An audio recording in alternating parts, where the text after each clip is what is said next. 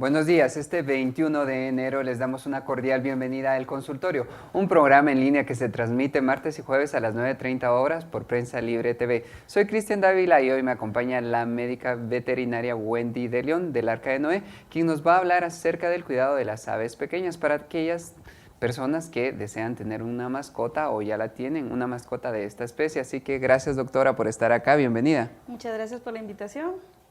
Estamos para servirles y esperamos poder ayudar a nuestros clientes a poder tener de mejor forma a sus aves. Sin duda, la audiencia que nos está viendo en este momento va a tener muchas dudas, puesto que ahora hemos visto que hay una gran importancia en el cuidado de las mascotas y no olvidemos que también las aves pueden ser mascotas que muchas personas deciden tenerlas en casa, pero hay que tenerlas de la manera correcta y adecuada. Exacto. Así que si usted tiene alguna duda específica puede hacerla a través de las redes sociales de Prensa Libre. En Facebook aparece una imagen que dice El Consultorio, pero también puede hacerlo por Twitter con el hashtag El Consultorio PL, porque en breves instantes la doctora de León la responderá.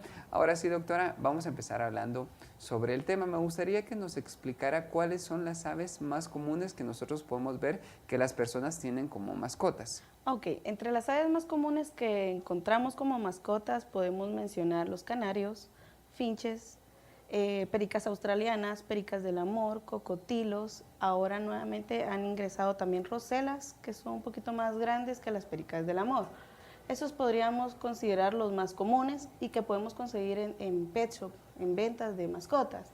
Aparte tenemos los loros, las pericas señoritas, pero tenemos que tomar en cuenta que también son aves que están en peligro de extinción. Entonces, legalmente podríamos mencionar solo las primeras. De lo que usted nos dijo anteriormente es muy importante porque a veces las personas tienen mascotas porque se las regala a alguien más y no saben exactamente cómo cuidarlas y lo más importante, no saben si son mascotas en peligro de extinción, perdón, animales en peligro de extinción y por lo tanto no es legal. Ahora, según su experiencia y su conocimiento, ¿qué aves podemos adquirir legalmente en el país? Ok, legalmente serían los canarios, cocotilos, finches y pericas australianas y pericas del amor. Son las más comerciales, ¿verdad? Y que están legalmente, pues. Ahora, usted ya nos mencionó cuáles son las más comerciales, pero el tema de hoy es aves pequeñas, puesto que a veces las aves más pequeñas a nosotros nos da un poco de temor, un poco de miedo, porque vemos que son animales más delicados, ¿verdad? Mucho más delicados. De estas especies que usted nos mencionó, ¿cuáles son las más pequeñas? Las más pequeñas serían los canarios, los finches y las pericas australianas. Serían las más pequeñas. Ahora, para las personas que nos están viendo en este momento, nos gustaría que de esas tres especies que usted nos mencionó, nos dijera las características generales para que las personas entiendan qué tipo de ave es y qué es lo que van a necesitar. Ok, los canarios puede variar el color. Muchas veces encontramos canarios amarillos, canarios naranjas y hay unos grises. Los finches tenemos diferentes especies, tenemos finche cebra, finche babero, entonces sí varía mucho. En el caso de las australianas encontramos las azules, las amarillas y las verdes. Muchos dudan que al momento de adquirir una australiana azul significa que sea macho, lo cual no es así. O sea, todo varía dependiendo del color de la narina. Entonces, en eso debemos basarnos al momento de adquirirla. Si queremos tener la parejita, debemos preguntar bien tanto al asesor de venta o a un veterinario si es un macho o es una hembra. Canarios y finches es un poquito más complicado el definir qué sexo son, porque además de ser pequeños, las estructuras son mucho más estrechas, por decirlo así. Entonces, sí es más complicado. Los canarios en cuestión de tamaño no llegan a medir más de unos 15 centímetros. Las australianas un poquito más grandecitas, digamos que llegan a medir hasta 20 centímetros y los finches igual que los canarios son pequeños. Doctora, usted tocó un tema muy importante acerca de cuando las personas quieren comprar, por ejemplo, la parejita. ¿Qué es lo recomendable? ¿Que nosotros compremos una pareja o que compremos solo una ave o cuál sería la recomendación? Ok. Todo depende del espacio donde las vamos a tener. Si tenemos una jaula muy reducida, de preferencia una ave. Ahora, si tenemos una jaula muy grande y que tenemos espacio suficiente para que el ave pueda estar acompañada, ideal 2 aves. Y digamos que la persona podría decidir tener una de cada especie en la misma jaula o no se recomienda mezclarlas. Depende. Canarios y finches pueden relacionarse muy bien en una misma jaula. Ahora, tenemos las pericas australianas, ellas sí no se relacionan mucho con otra especie. Entonces, lo más aconsejable es que si la persona va a tener perica australiana, que únicamente tenga esa especie. Exacto, ya sea la parejita o ya sea una sola. Doctora, antes de adquirir un ave, por ejemplo, porque yo sé que es la mascota que yo quiero para tener en mi casa, ¿qué aspectos debo considerar? Por ejemplo, debo considerar el lugar donde estoy viviendo, el tamaño de la casa, el lugar donde la voy a ubicar. ¿Cuáles serían esos aspectos que usted como experta nos recomendaría para saber si estamos preparados para tener una mascota de este tipo? Ok. Como toda mascota necesita tiempo y dedicación. O sea, no por ser un ave la voy a mantener aislada en el garage o la voy a mantener aislada en la lavandería. No, todas nuestras mascotas necesitan un poco de tiempo. En el caso de las aves no las podemos sacar a caminar, ¿verdad? Pero sí necesitamos un espacio amplio, necesitamos un lugar establecido donde la vamos a poner. Por ejemplo, puede ser en la sala, puede ser en un corredor, siempre y cuando no pegue mucho viento. Eso es importante, porque las aves padecen muchas enfermedades respiratorias. Entonces, si tenemos un ave en la entrada del corredor donde pasa todo el viento, definitivamente se nos va a enfermar. Entonces, el espacio es importante. Como le digo, si vamos a tener 2, 3 aves, no las podemos tener hacinadas en una jaula de 4x4 o de 2x2. Tenemos que tener el espacio suficiente para que ellas se sientan libres y cómodas. Brevemente, ¿cuál sería el espacio ideal que usted recomendaría para tener a una mascota? Que el ave pueda extender sus alas completamente sin topar con los extremos y que pueda hacer vuelos cortos. Ese sería el espacio ideal. Perfecto, es el momento de nuestra primera pausa. No se vayan y sigan con nosotros en el consultorio porque al volver vamos a seguir hablando de los cuidados que usted debe darle a las aves que usted eligió como mascota. Les recordamos que pueden dejar sus dudas y consultas a través de las redes sociales de Prensa Libre. Ya volvemos.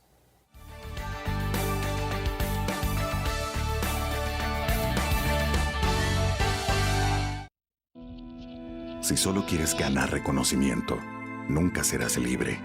Si solo buscas tu propio beneficio, nunca serás libre.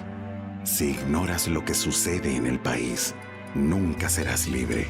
Pero si realmente quieres ser libre, infórmate y mucho. Lee, investiga, piensa.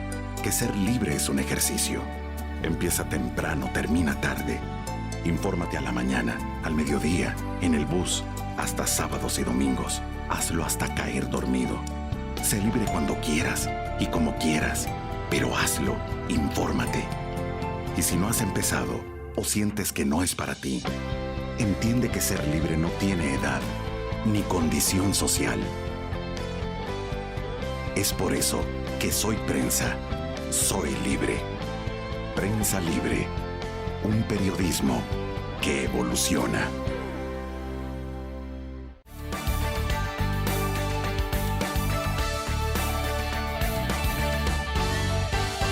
Estamos de vuelta en el consultorio. Me acompaña la médica veterinaria Wendy de León, que nos está hablando del cuidado de las aves pequeñas para que usted sepa qué hacer si tiene una de estas en casa. Gracias, doctora. Seguimos en el consultorio. Gracias. Anteriormente usted nos había hablado acerca del lugar donde debemos colocar a nuestra mascota. Y usted nos había dicho que lo ideal es que esté en la sala o en un área donde no pegue tanto el viento.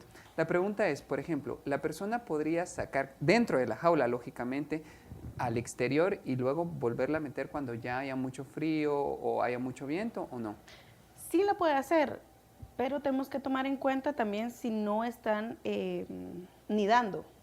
Porque, ejemplo, usted me mencionaba las pericas australianas y comprábamos la parejita.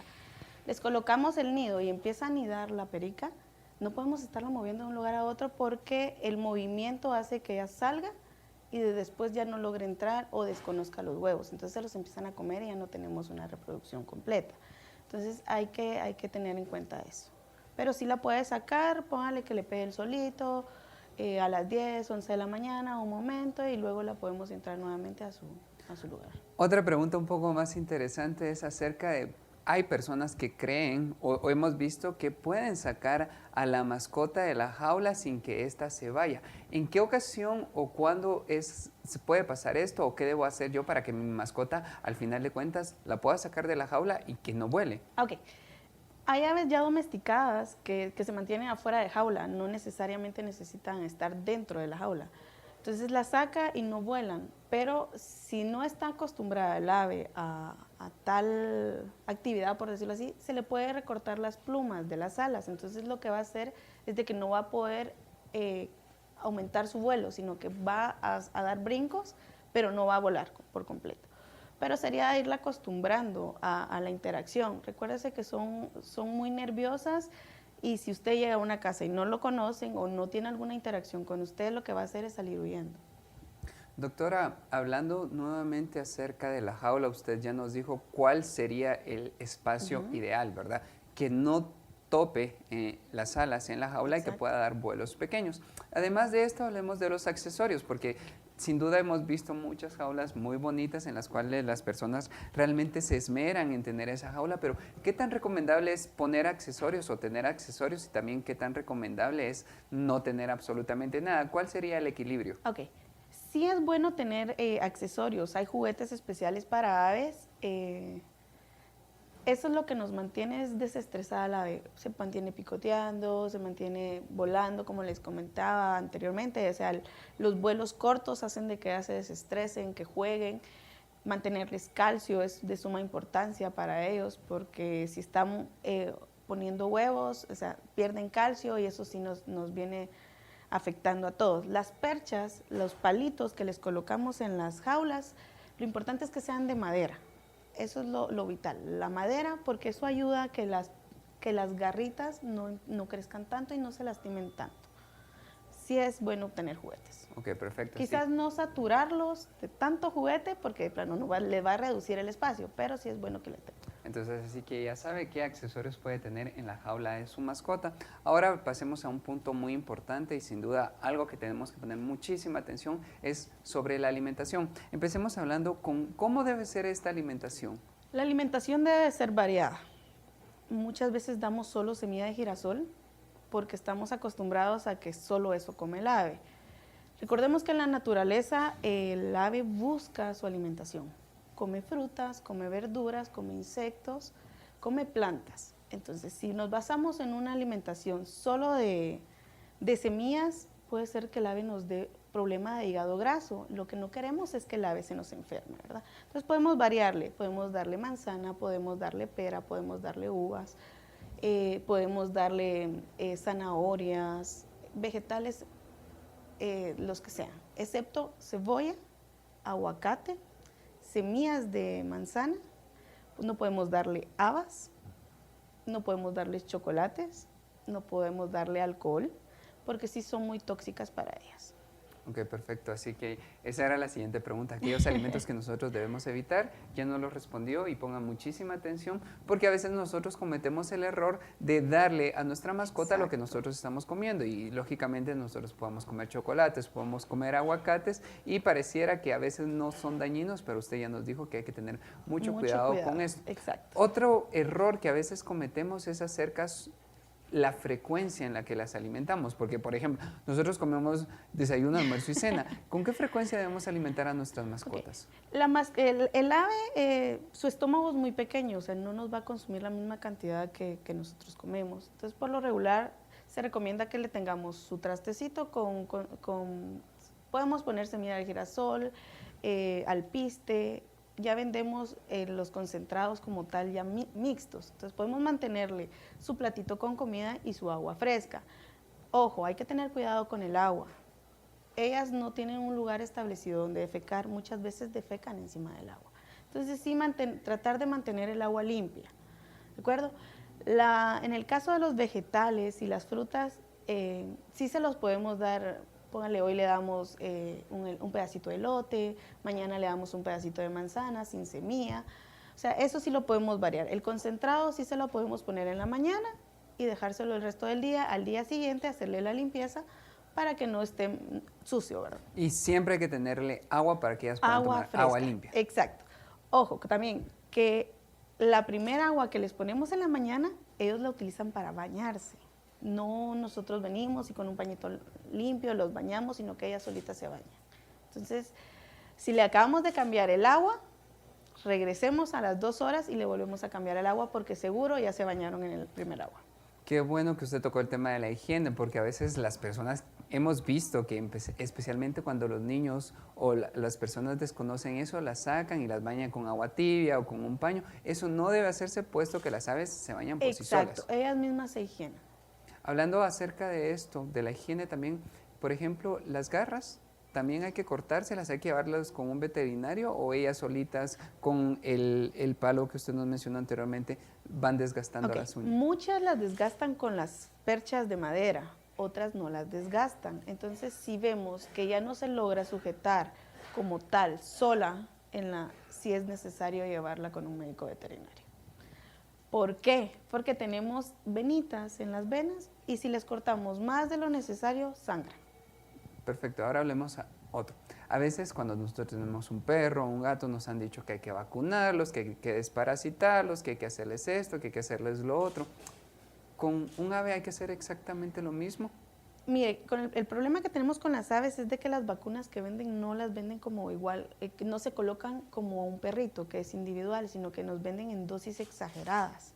Entonces póngale, tenemos la vacuna de Newcastle que se puede vacunar, pero nos venden el frasquito para 1000 aves. Entonces, si usted solo tiene un ave, o sea, le va a poder colocar su gota en el ojo, o el médico se la va a colocar, pero la demás lo va a desechar. Entonces, no es necesario, no tenemos tanta incidencia en el caso de aves exóticas, por decirlo así, en el caso de los canarios y todo eso, de problema de Newcastle. Y otras enfermedades tampoco. Pero en todo caso, lo mejor es que vayan con el veterinario, Exacto. que el veterinario aplique Exacto. esa vacuna.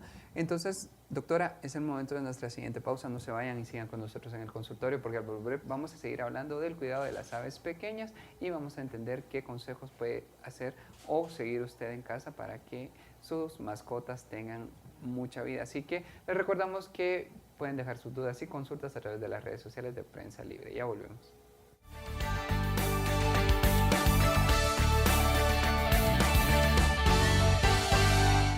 Si ignoras lo que sucede en el país, nunca serás libre. Pero si realmente quieres ser libre, lee, investiga, piensa. Infórmate a la mañana, al mediodía, en el bus. Y si no has empezado o sientes que no es para ti, entiende que ser libre no tiene edad ni condición social. Es por eso que soy prensa, soy libre.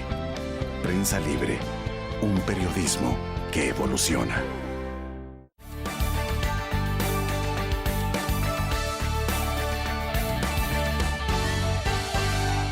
Gracias por seguir con nosotros en el consultorio. Hoy me acompaña la veterinaria Wendy de León del Arca de Noé, quien nos está hablando acerca del cuidado de las aves pequeñas. Así que, doctora, vamos a continuar. Anteriormente estábamos hablando de cómo debería ser la vacunación. Usted ya nos explicó que no es necesario si no hay ningún problema y si lo hay, pues el médico veterinario lo hará. Ahora hablemos cuáles son las enfermedades más comunes que podrían afectar a mi ave. Las más comunes podríamos mencionar ácaros y hongos o algún tipo de diarrea, pero la diarrea puede ser alimentaria. En el caso de los ácaros y los hongos, nos podemos dar cuenta en sus patitas, que empezamos a notar descamaciones o que se empieza a engrosar, o en el caso del piquito en las pericas australianas, igual vemos una descamación o un engrosamiento anormal. Entonces, ahí es necesario llevarlo al médico veterinario para que se hagan las pruebas necesarias para determinar si es un hongo o es un ácaro. ¿Por qué? Porque el tratamiento es diferente. Entonces no podemos dejar un medicamento para hongos si es un ácaro, ¿verdad? Entonces en eso nos podemos dar cuenta. En el caso del plumaje, en ese sentido no es que se les ponga las plumas muy opacas, sino que lo vemos a él así desganado o hay un crecimiento excesivo del pico o como hablábamos, las uñitas, ¿verdad? De repente hoy está normal y el día de mañana ya las uñas son demasiado grandes. Entonces siempre hay una razón del por qué está creciendo tanto. Usted nos dijo anteriormente que también era muy propensa a enfermedades respiratorias. ¿Nos podría explicar un poco más sobre esto? Ok. Más que todo es en el caso de los chiflones. En estos climas con los que estamos viviendo ahora, que no sabemos si hay frío en la mañana o amanece demasiado frío, a mediodía hay mucho calor y en la noche nuevamente viene el frío, esos cambios brutos de temperatura afectan demasiado al ave. Recordemos que su sistema inmune no es igual que el de un perrito y no es igual que el de nosotros. El de ellos es un poquito más bajito y sí tienden a padecer mucho con eso. Vemos en el caso de las aves que están muy decaídas, que se aíslan en un rincón de la jaulita o de repente usted le pone fresas que le gustan y ni siquiera las voltea a ver. Ese es un síntoma, o un signo, perdón, que podemos darnos cuenta nosotros y ponernos alerta y llevarlo, no esperar más a que se complique más o a que veamos que ya no quiere comer nada más, sino que si vemos que está aislado y que no tiene ninguna actividad, llevémoslo con el médico veterinario. Doctora, hablando precisamente sobre los cambios de comportamiento, llegamos a la parte emocional, puesto que cualquier ser vivo hemos visto que tiene cambios de ánimo, pues lo vemos en un gato, lo vemos en un perro, sin duda también pasa en las mascotas. ¿Por qué las aves se estresan o se deprimen? ¿Cuáles serían las causas? Y si es cierto que efectivamente la vemos mal es porque tiene un problema que la está afectando. Ok, las aves se pueden estresar si regresemos un poco atrás. Usted mencionaba si lo podíamos sacar al patio. Sí, podemos sacarla, pero al momento de sacarla hay que estar pendiente del entorno. Por ejemplo, de repente la sacamos a que le pegue un poquito el sol y se aparece el gato del vecino. Entonces, ¿qué es lo que va a hacer el gato? Ir a curiosear. Y lo que va a pasar es que se va a estresar nuestra ave. Si llega mucha gente, llegan muchos niños y están molestándola o viéndola que vuele de un lado a otro, se estresa. También si llega una mascota nueva y dejamos por un lado al ave y nos dedicamos a la mascota nueva, tienden a estresarse porque como usted dice, hay sentimientos y aunque son animalitos, por decirlo así, ellos se encariñan, ellos forman un vínculo con el dueño. Si usted se dedica a darle la comida a su mascota, ella va a estar pendiente de que usted llegue a darle su comida.